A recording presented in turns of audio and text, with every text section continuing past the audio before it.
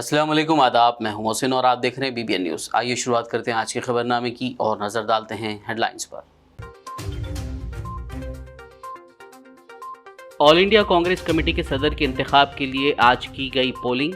हैदराबाद गांधी भवन में कांग्रेस कायदीन ने किया अपने वोट के हक का इस्तेमाल।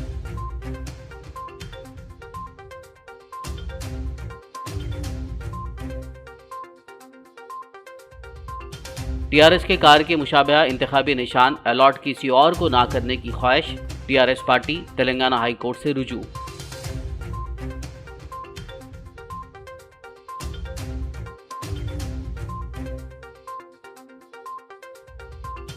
कोविड टीका ईजाद करने पर वजीर आजम को नोबल इनाम दिया जाना चाहिए। तेलंगाना के वजीर केटीआर का ट्वीट के जरिए तंज।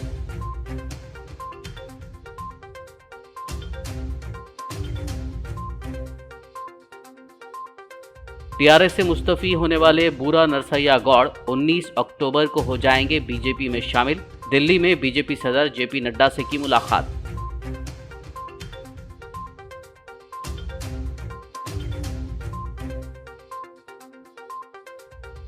फर्जी एनआईए ऑफिसर और दीगर 2 डाकुओं को वरंगल पुलिस ने किया गिरफ्तार। वरंगल पुलिस कमिश्नर तरुण जोशी की प्रेस कॉन्फ्रेंस।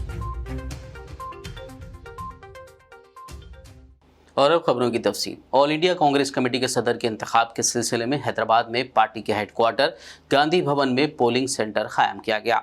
आज सुबह 10 बजे से कांग्रेस सदर के इंतखाब के लिए पोलिंग शुरू हुई, जिसमें तेलंगाना प्रदेश कांग्रेस कमेटी के 238 अरकान ने अपने वोट के हक से इस्तेफादा किया। जो इलेक्शन चल रहा है मुनगोड़ में, टीआरएस और बीजेपी पार्टी पूरा पैसे और लिकर की खेल खेल रही है। बहुत ही बुरी बात है और इलेक्शन कमीशन एक स्पेक्टेटर रोल कर रही है। ये कैसी इलेक्शन है जो 100-200 करोड़ डिस्ट्रीब्यूट हो रहे हैं और कोई भी इलेक्शन कमीशन, कोई डिस्ट्रिक्ट एडमिनिस्ट्रेशन, कोई भी कुछ एक्शन नहीं ले रहा है। हम इसके बारे में हम डिमांड कर रहे हैं इलेक्शन कमीशन इंटरवीन करें और मुनगोड़ बाई इलेक्शन साफ सीधा करें। ये इलेक्शन में फील्ड लेवल में आप अगर जाके देखें, आवाम पूरी तरह कांग्रेस पार्टी की तरफ है। आवाम के साथ हमारे पार्टी के साथ है आवाम, इसीलिए इस इलेक्शन में कांग्रेस पार्टी की जीत करार है।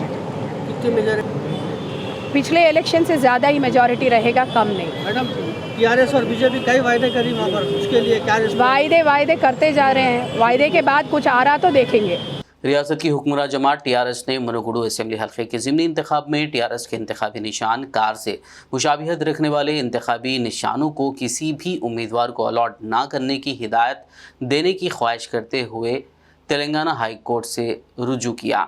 ज़राए के मुताबिक पीर को टीआरएस की जानिब से इस मसले पर हाई कोर्ट में लंच मोशन पिटीशन दाखिल की गई। वज़ीर-ए-आज़म नरेंद्र मोदी के कारनामों बशमूल कोविड टीकों की तशहीर के लिए बीजेपी पर तनकीद करते हुए टीआरएस के कारगुजार सदर और रियासती वज़ीर आईटी के तारक रामाराव ने तंज़िया तौर पर पीएम को नोबल इनाम देने का मुतालबा किया। केटीआर ने मरकज़ी वज़ीर सयाहत जी किशन रेड्डी के उस बयान के बाद ये तंज़िया रिमार्क किए हैं जिसमें उन्होंने दावा किया था कि नरेंद्र मोदी ने बाहिम्मत तरीक़े से कोविड का टीका ईजाद किया। మన ప్రధానమంత్రి ధైర్యం చేసి మందు కనుగొన్నాడు, వ్యాక్సిన్ కనుగొన్నాడు। तेलंगाना बीजेपी लीडर और मरकजी वजीर सयाहत जी किशन रेड्डी ने कल शब मुनुगुडू मंडल के किस्तापुरम में बीजेपी उम्मीदवार राजगोपाल रेड्डी की इंतखाबी मुहिम में हिस्सा लिया। इस मौके पर खिताब करते हुए किशन रेड्डी ने कहा कि तेलंगाना के हल्के असेंबली मुनुगुडू का ज़िमनी इंतखाब अहम बन गया है क्योंकि तेलंगाना के अवाम खुद को वज़ीर आला के चंद्रशेखर राव के ख़ानदान के चुंगल से आज़ाद करवाना चाहते हैं। కానీ కేసీఆర్ గారు మనలందరిని కూడా తన కుటుంబానికి బానిసలుగా ఉండాలంటున్నాడు। నా కుటుంబానికి బానిసలుగా ఉండాలి। మీకు తెలుసో లేదో, ఈ యొక్క హైదరాబాద్లో నిజాం రాజ్యం ఉండేది। నిజాం ఉన్నప్పుడు మొదటి నిజాము, ఆయన కొడుకు రెండో నిజాము, ఆయన మనమడు మూడో నిజాము, ఆయన మునిమనమడు నాలుగో నిజాము, ఈ రకంగా 7 తరాలు పరిపాలించారు వాళ్ళు। ఇప్పుడు కేసీఆర్ ఏమంటున్నాడు, నేను ముఖ్యమంత్రి, తర్వాత నా కొడుకు ముఖ్యమంత్రి కావాలి। కొడుకు పేరు తెలుసా? ఏం పేరు? నా తర్వాత నా కొడుకు కావాలి, నా కొడుకు తర్వాత నా మన్మడు కావాలి, నా మన్మడు తర్వాత నా మునిమన్మడు కావాలి. ఈ మునిమన్ల కోసమా చనిపోయింది 1200 అడుగుతున్నాం. వీళ్ళ కోసమా మనం పోరాటం చేసింది. తెలంగాణ ప్రజలు ప్రజాస్వామ్యంలో ఉన్నామా, డాక్టర్ బాబాసాహెబ్ అంబేద్కర్ ప్రజాస్వామ్యంలో ఉన్నామా, నిజాం రాజ్యంలో ఉన్నామా, వీరందరూ ఆలోచన చేయాలి. ఈరోజు పేద ప్రజలు ఈరోజు గ్రామీణ ప్రాంతాలలో ఇబ్బందులకు గురవుతూ ఉంటే ఆయన కొత్తగా విమానాలు కొనుక్కొని, దేశంలో ఏ రాజకీయ పార్టీ కొనలేదు కానీ ఆయన విమానాలు కొనుక్కొని దేశమంతా తిరుగుతాడు. కాబట్టి మీరందరూ ఆలోచన చేయాలి. ఈరోజు కేసీఆర్ కుటుంబానికి బుద్ధి చెప్పాలి. తెలంగాణ తల్లిని కల్వకుంట కుటుంబం నుంచి ఏదైతే బందీగా ఉందో మన తెలంగాణ తల్లి విడిపించాల్సిన బాధ్యత ఈ మునుగోడు ప్రజల మీద ఉన్నది. పొదుపు సంఘాలు, బ్యాంకులు నరేంద్ర మోడీ గారి నేతృత్వంలో ఉంటాయి. నరేంద్ర మోడీ గారు అప్పులు ఇస్తే ఈయన పావులా వడ్డీ మీ అకౌంట్ అయ్యాలి. 8 ఏళ్లలో ₹1 కూడా పావులా వడ్డీ మీ అకౌంట్లో వేయలే. మేము ఉచితంగా బియ్యం ఇస్తున్నాం 2.5 ఏళ్లుగా. వస్తున్నాయమ్మా బియ్యం, కరోనా బియ్యం? అవి కూడా ఆపిండు. మొన్న మేము గొడవ వేస్తే, ధర్నా వేస్తే పోలీస్ కేసులు పెట్టి ఆ యొక్క బియ్యం ఇస్తున్నాం. मजलिस इत्तेहादुल मुस्लिमीन के जनरल सेक्रेटरी व याकूतपुरा रुकन असेंबली सैयद अहमद पाशा खादरी ने बल्दी डिवीजन, रेन बाजार, कुरमागुड़ा, छावनी, संतोष नगर इलाकों के बल्दी मसाइल से वाटर वर्क्स GM को वाकिफ करवाया और मसाइल की जल्द यकसुई के लिए नुमाइंदगी की। इस मौके पर मजलिसी कॉरपोरेटर्स अलमदार वाला जाही, वासिउद्दीन, मुजफ्फर खान और दीगर मुतालिका अहदेदार मौजूद थे। बादशाह मीडिया से बात करते हुए रुकन असेंबली पाशा खादरी ने इस मुलाकात की तफसील बताई। असेंबली हल्के के बल्दी डिवीजन, देवीपुरा, रैन बाजार, कुरमाकोड़ा, छावनी और संतोष नगर, इन इलाकों में ड्रेनेज के और पानी के मसाइल थे। GM के ऑफिस पे आज यहाँ पर आकर तमाम मसाइल पे तफसीली बात करे, कंप्लेंट करे और जिस एरिया में एस्टीमेटा बनाने के लिए बोले थे उसमें ताख़ीर हो गई। 2 रोज़ के अंदर तमाम एस्टीमेट तैयार करके चला दे ताकि हम MD के पास जाके वहाँ पर ये इन तमाम चीज़ों की मंजूरी ले लें। पोल्यूशन की भी शिकायत है वो भी नोट करा दिए, ओवरफ्लो होने की भी कुछ शिकायत आती है वो भी नोट कराए। इंशाल्लाह कल से पोल्यूशन का काम भी होगा और जहाँ जहाँ हमको सीवरेज लाइन की रिमॉडलिंग की ज़रूरत है वहाँ की भी निशानदेही करे। CGM साहब, हमारे DGM साहब जाके दौरा करके वो वहाँ के एस्टीमेटा तैयार करेंगे जिसमें देवीपुरा डिवीज़न, नागाबोली, इस इलाके के अलावा रैन बाजार इलाके की भी है। ये तमाम कामों को जल्द से जल्द कराने के लिए हमारी कोशिश है। इंशाल्लाह यहाँ GM लेवल पर जितने एस्टीमेटा तैयार होंगे, जो भी मसाइल यहाँ पर होंगे वो लेके MD के पास जाके मंजूरियाँ हासिल करेंगे और ज़्यादा से ज़्यादा ये कामों की मंजूरी लेकर एरिया के लोगों को सहूलत पहुँचाएंगे। शुक्रिया। TRS से मुस्तफ़ी होने वाले साबिक़ रुकन पार्लियामेंट बूरा नरसैया गौड़ 19 अक्टूबर को बीजेपी में शामिल हो जाएंगे। नरसैया गौड़ ने आज दिल्ली में बीजेपी सदर JP नड्डा से मुलाकात करते हुए पार्टी में शामिल होने का इरादा जाहिर किया। 2 दिन कबल उन्होंने TRS पार्टी से इस्तीफ़ा दे दिया था। उन्होंने पार्टी की इब्तदाई रुकनियत से इस्तीफ़ा देते हुए वज़ीर आला व सदर TRS के चंद्रशेखर राव को ख़त रवाना किया था। निज़ामाबाद से ताल्लुक़ रखने वाली अक़लियती बिरादरी के एक वफ़द ने माजिद खान की क़यादत में वक्फ़ बोर्ड दफ्तर वाक़ नामपली हैदराबाद पहुँचकर चेयरमैन मसीउल्लाह खान से मुलाकात की। उन्होंने इस मौके पर निज़ामाबाद डिस्ट्रिक्ट कलेक्ट्रेट मस्जिद के जारी मसले पर तबादला ख्याल करते हुए इस मामले को बराह रास्त वक्फ़ बोर्ड के तहत लेने की उनसे दरख्वास्त करते हुए एक याददाश्त हवाले की और मस्जिद की दोबारा तामीर का मुतालबा किया। वाज़ेह हो कि मज़कूरा मस्जिद को कलेक्ट्रेट ऑफिस को मुनज़्ज़म करने के दौरान मुनज़्ज़म कर दिया गया था। आज निज़ामाबाद से वफ़द की शक्ल में तेलंगाना स्टेट वक्फ़ बोर्ड चेयरमैन मसीउल्लाह साहब से मुलाकात की है। निज़ामाबाद कलेक्ट्रेट मस्जिद के ताल्लुक़ से जो निज़ामाबाद में क़दीम कलेक्ट्रेट में जो मस्जिद थी 230 गज़ वो दर्जा औक़ाफ़ है, उसको डायरेक्ट मैनेजमेंट में लेना बोलकर हम लोग ने डिमांड किया है और वो डिमांड करने के बाद मसीउल्लाह साहब ने कहा कि तयख़ुन दिया हम जल्द से जल्द उसको डायरेक्ट मैनेजमेंट में ले लेंगे बोल के हमें तयख़ुन दिया। इंशाअल्लाह वो मस्जिद दोबारा वहाँ पर क़ायम हो जाएंगे और सभी निज़ामाबाद की आवाम वहाँ पर नमाज़ पढ़ेंगे। इंशाअल्लाह अल्लाह ताला से हम ये दुआ करते हैं कि ये जल्द से जल्द मस्जिद हमें मिल जाए। खबरनामे में फिलहाल लेंगे एक ब्रेक, मुलाकात होगी इस छोटे से ब्रेक के बाद।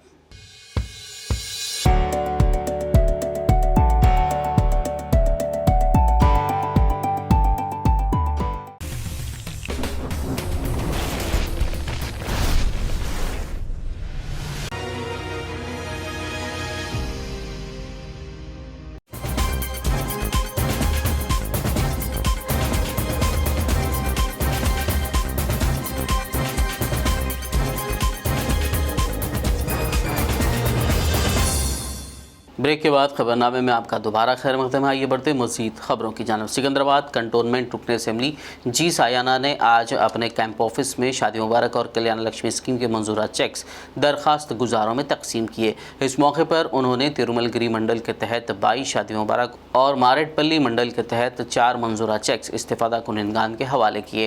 इस मौके पर ख़वातीन लीडर निवेदिता, तिरुमलगिरी MRO हसीना बेगम, साबिक़ बोर्ड मेंबरान नलिनी, किरण, पांडु यादव के अलावा दीगर मौजूद थे।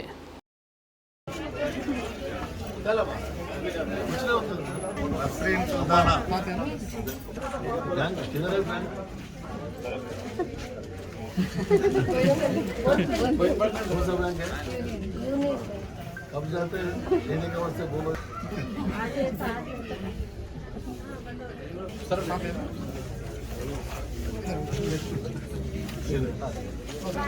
शबाना बेगम उधर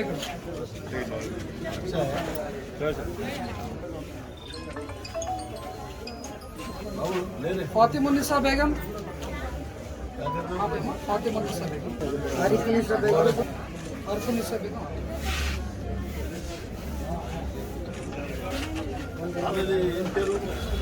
अरफुन्निसा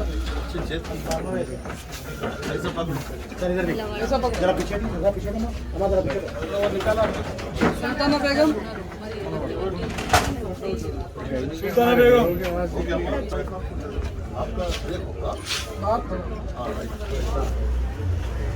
मोहम्मद मनवीर मंडालम्मा सक्री नागम्मा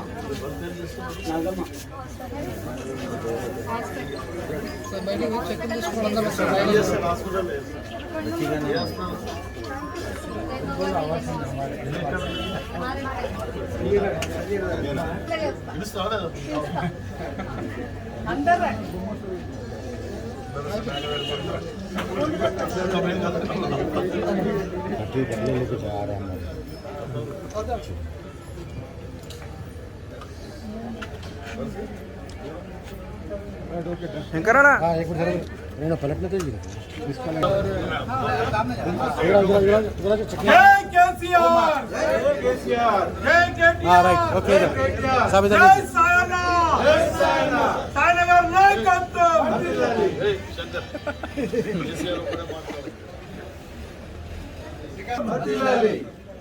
जीडीमेटला डिवीज़न के गोदावरी होम्स कॉलोनी में मूसलाधार बारिश की वजह से बारिश का पानी सड़कों और घरों में दाखिल हो गया और नशीबी इलाके मुकम्मल तौर पर ज़ेर-आब आ गए।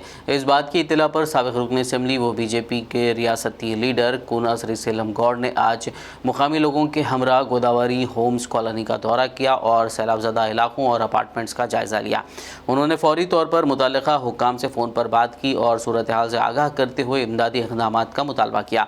उन्होंने कहा कि जब भी बारिश होती है गोदावरी होम्स कॉलोनी के घर पानी में डूब जाते हैं क्योंकि एमएलए की नाकामी और कोल कालुआ के रूट मैप में तब्दीली ने ये सूरत हाल पैदा की है। उन्होंने मुकामी एमएलए को इस जानिब तवज्जो देते हुए अवाम की सहूलत के लिए मुनासिब इक़दामात का मुतालबा किया।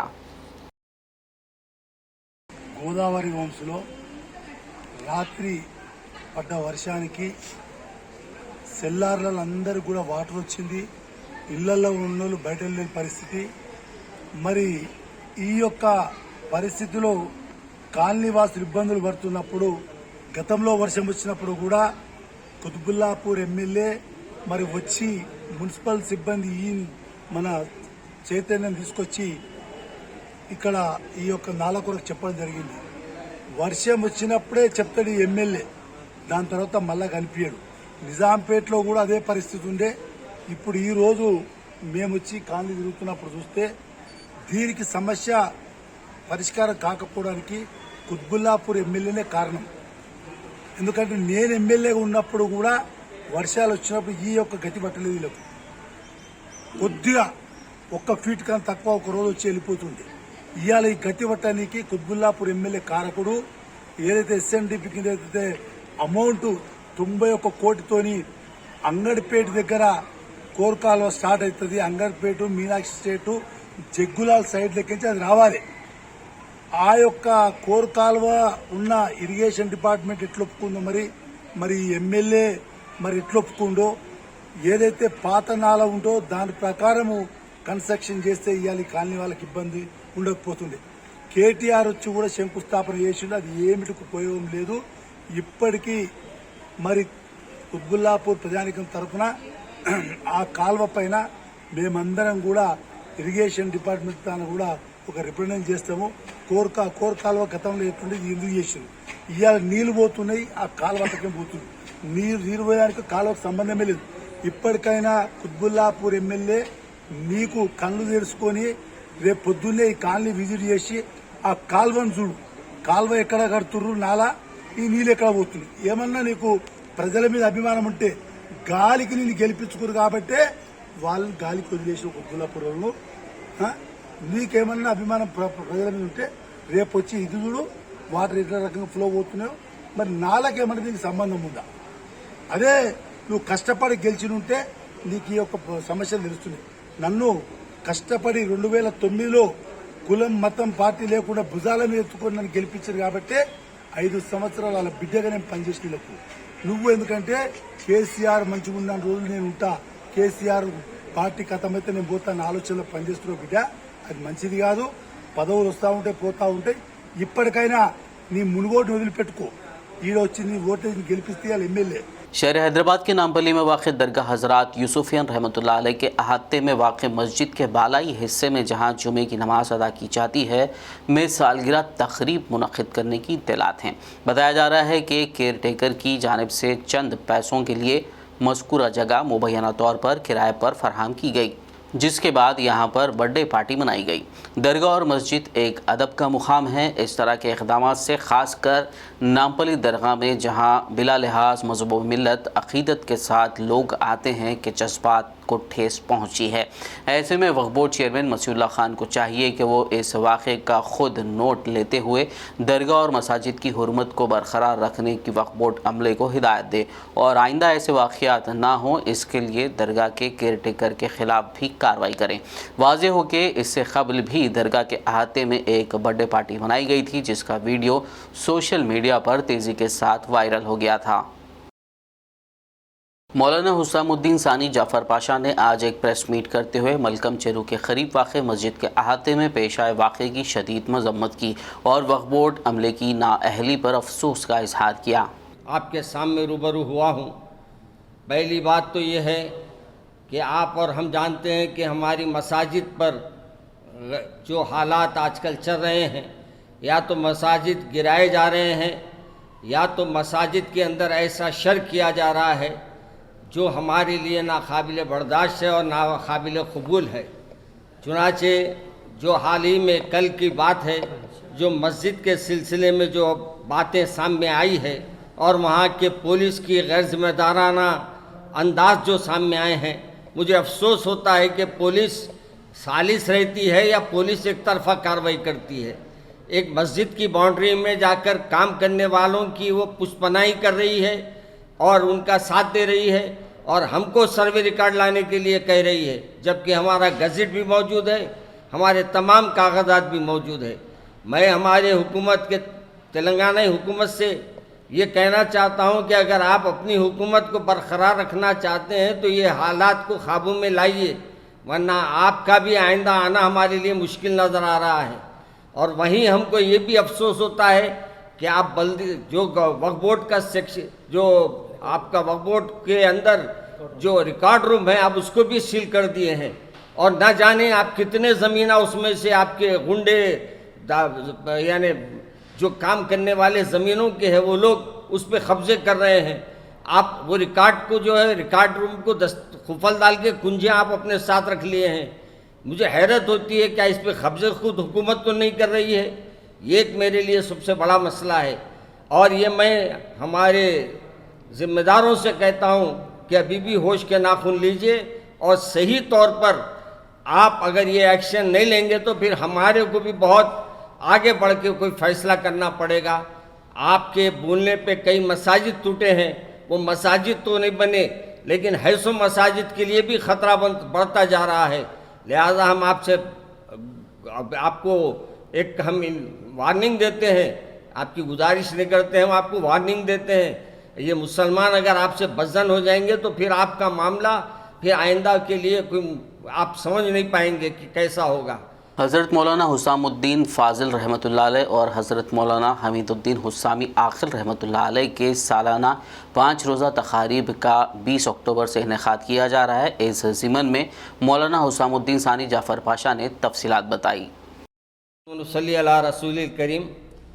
नाज़रीन किराम, मेरे वालिद माजिद हज़रत मौलाना हमीदुद्दीन हुस्सामी आखिल रहमतुल्लाह अलैह, वो मेरे दादा जान हज़रत मौलाना हुसामुद्दीन साहब फ़ाज़िल रहमतुल्लाह अलैह के सालाना तक़ारीब 5 रोज़ा बनाई जाती हैं।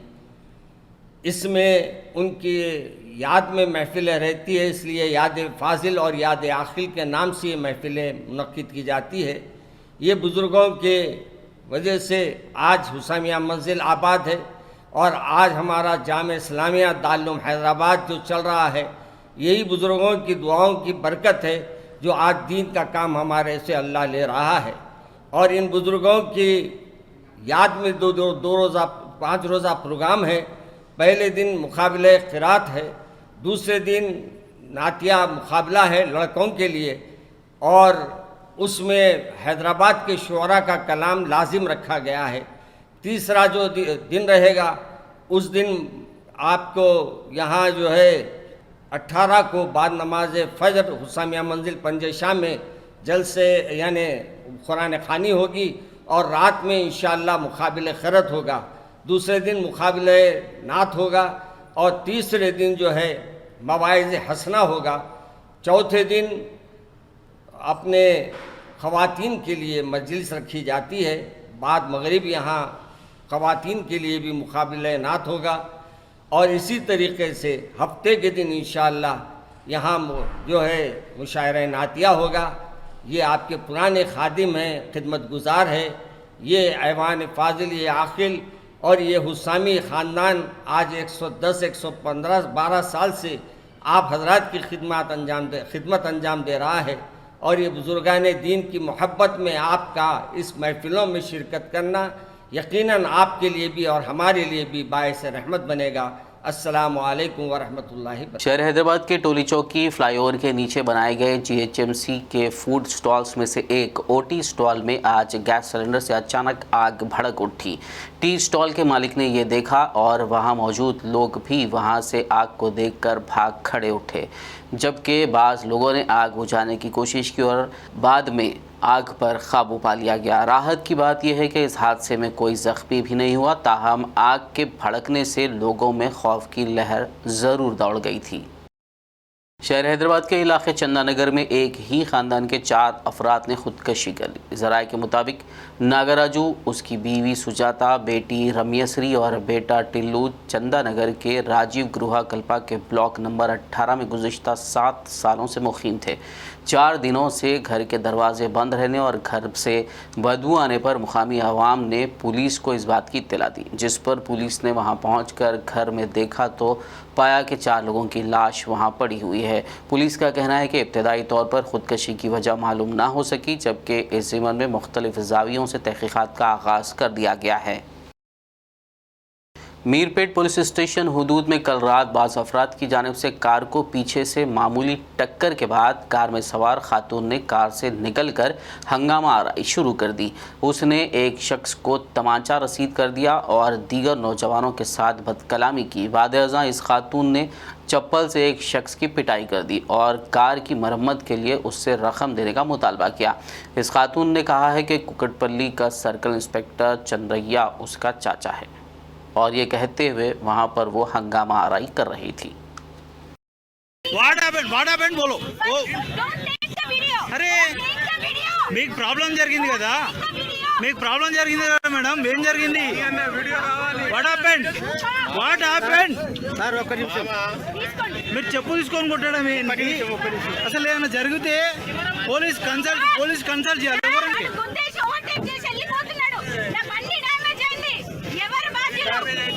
సో మీరు చెప్పు తీసుకొని కొట్టొచ్చా అతన్ని? కొట్టారు, విత్ వీడియో ఎవిడెన్స్. పోలీస్ ఎవరండి ఇక్కడ? పోలీస్ డిపార్ట్మెంట్ ఎవరు? ఏం పేరు? చంద్రయ్య. ఓకే ఓకే, ఏం పేరు? ఓకే, మీరు పోలీస్ వాళ్ళు ఉన్నారని చెప్పి అధికారంతో అట్లా చేయొచ్చా? మరి ఎక్కడ డ్యామేజ్ అయింది? ఎక్కడ డ్యామేజ్ అయింది? ఓకే, ఎక్కడ డ్యామేజ్ అయిందండి? Okay madam, I'm agree. మీరు లేడీస్ ఉన్నారు కదా మేడం? లేదు మేడం, మీరు చేసిన తప్ప కాదా? మీరు చేసిన తప్ప కాదా? లేదండి, మీరు లీగల్గా వెళ్ళండి, మీరు లీగల్గా వెళ్ళండి. जिले निर्मल के मकलूर पुलिस स्टेशन हुदूद में खातून ने शौहर की जानिब से हरासानी की शिकायत की है।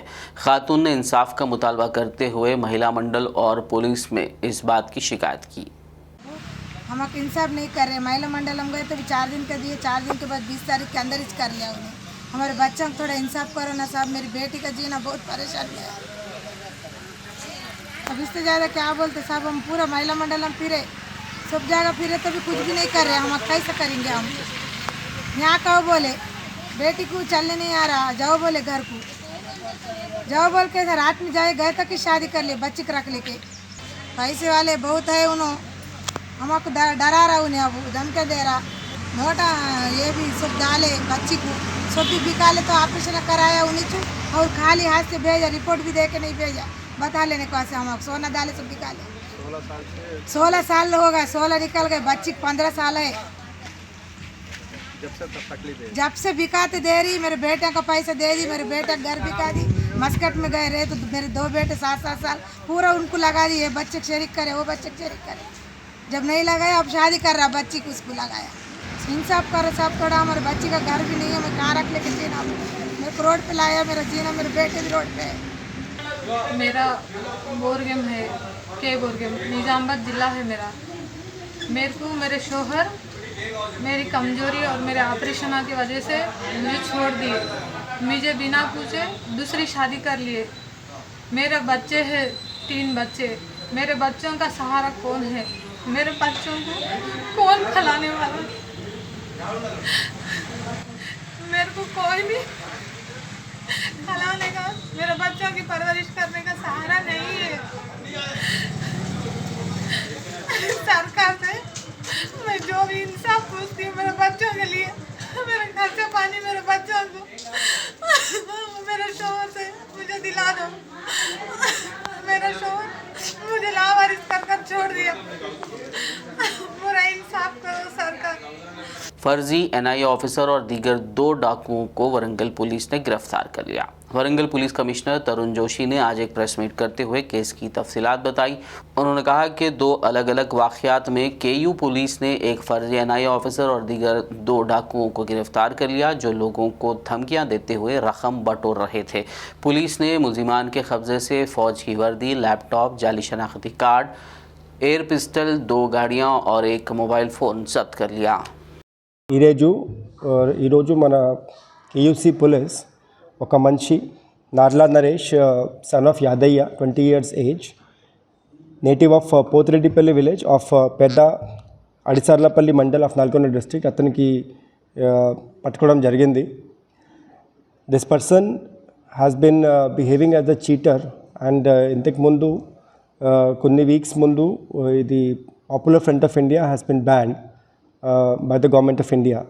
సో అప్పటి నుంచి అతను ఒక ఆర్మీ ఆఫీసర్ లాగా ప్రిటెండ్ చేసి అందరికీ ఇది పబ్లిసిటీ చేశారు దట్ అతను ఒక ఆర్మీ ఆఫీసర్ ఉన్నారు, తర్వాత ఎన్ఐఏలో డెప్యుటేషన్లో ఉన్నారు అండ్ అక్కడ వేరియస్ ప్లేసెస్లో పోయి పబ్లిక్కి థ్రెటన్ చేస్తున్నారు దట్ వాళ్ళకి పిఎఫ్ఐకి లింక్స్ ఉన్నాయి and while trying to conduct the raid on them he is demanding the money. So మా వరంగల్ జిల్లాలో కేయూసీ లిమిట్స్లో 2 కేసెస్ బుక్ అయింది. దాని గురించి ఈ 2 కేసెస్ నన్ను అట్లా చెప్పి I'm on deputation to NIA and he was threatening them that their links are found with the Popular Front of India and he demanded money from them. आखिर में एक नज़र हेडलाइंस पर।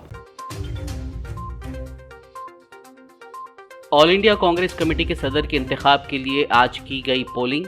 हैदराबाद गांधी भवन में कांग्रेस कायदीन ने किया अपने वोट के हक का इस्तेमाल।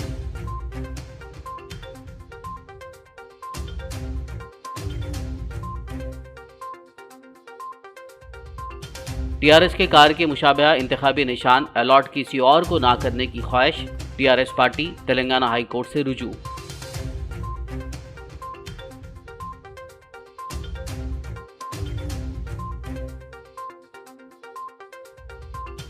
कोविड टीका इजाद करने पर वजीर आजम को नोबल इनाम दिया जाना चाहिए।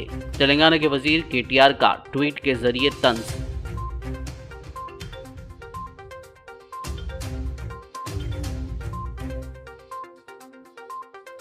टीआरएस से मुस्तफी होने वाले बूरा नरसैया गौड़ 19 अक्टूबर को हो जाएंगे बीजेपी में शामिल। दिल्ली में बीजेपी सदर JP नड्डा से की मुलाकात।